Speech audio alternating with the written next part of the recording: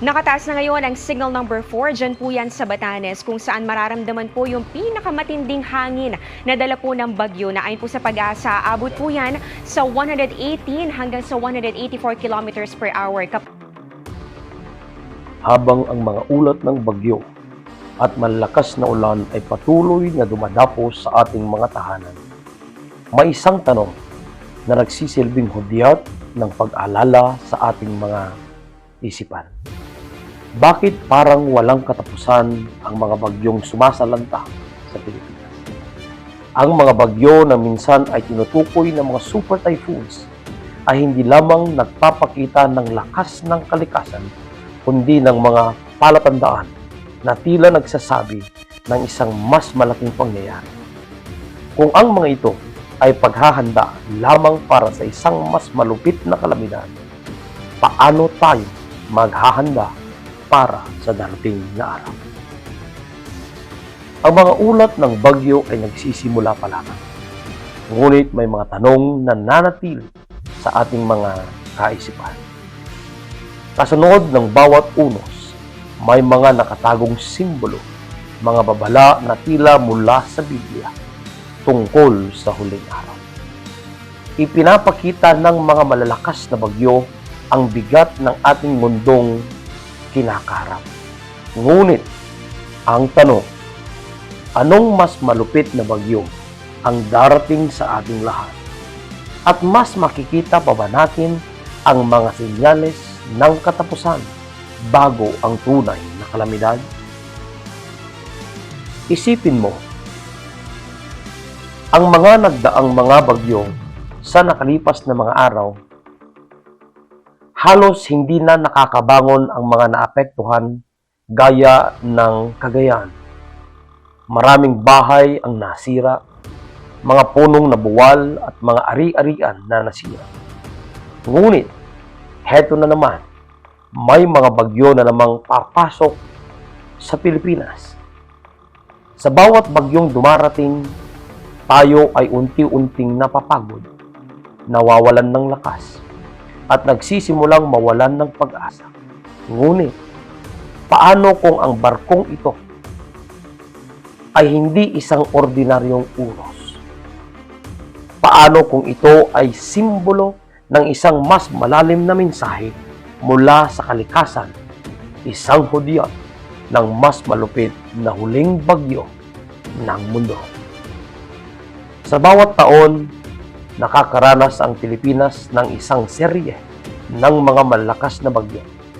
At marami sa atin ang nagiging abala lamang sa mga epekto ng kalamidad.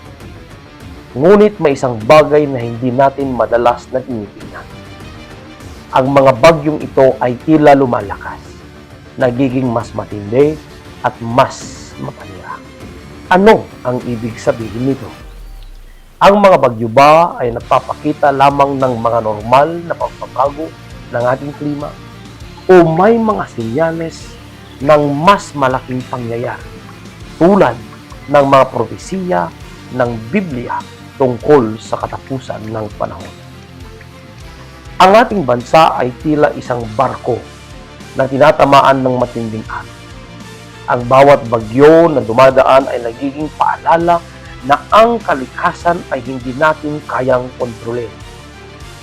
Ang mga tagpo ng mga pagbaha, landslide, at matinding hangin ay nagsisilbing mga larawan ng mga unti-unting pagbabago sa ating mundo.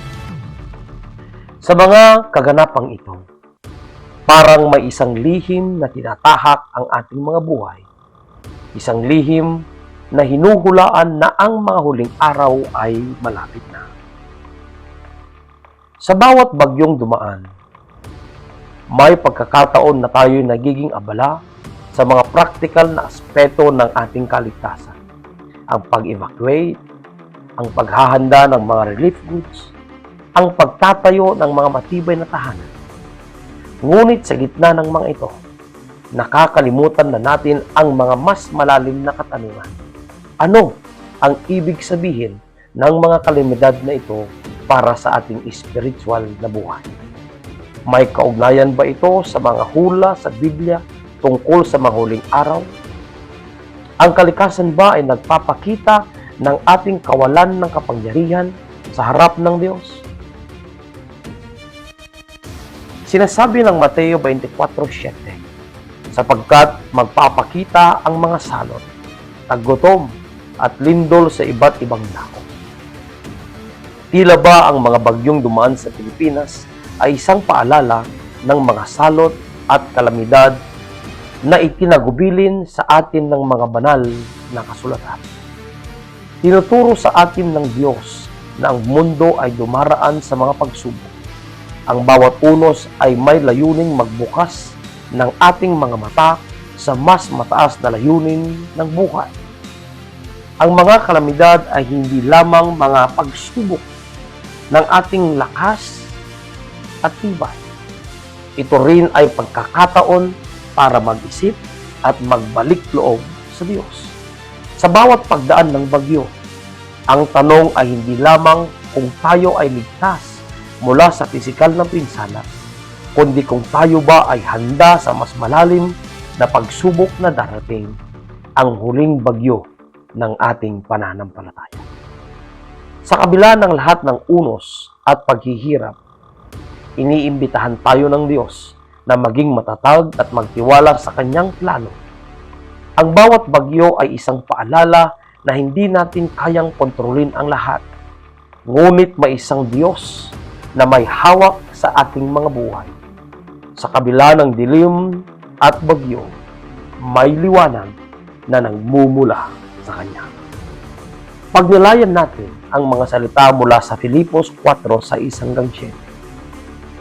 Huwag kayong mabalisa tungkol sa anumang bagay, kundi sa lahat ng mga bagay sa pamamagitan ng panalangin at pagsusumamo. Na may pagpapasalamat ay ipaalam ninyo ang inyong mga kahilingan sa Diyos. At ang kapayapaan ng Diyos na siya ring mag-iingat sa inyong mga puso at mga isipan kay Kristo Jesus. Sa bawat bagyo at pagsubok, ang tanong ay hindi kung paano tayo makakaligtas, kundi kung paano tayo lalapit sa Diyos at magtitiwala sa Kanyang plano. Ang mga huling araw ay maaaring hindi pa natin lubos na nauunawaan. Ngunit sa gitna ng lahat ng ito, ang Diyos ay may plano para sa atin. At siya ay laging naroroon upang magbigay ng kapayapaan at gabay.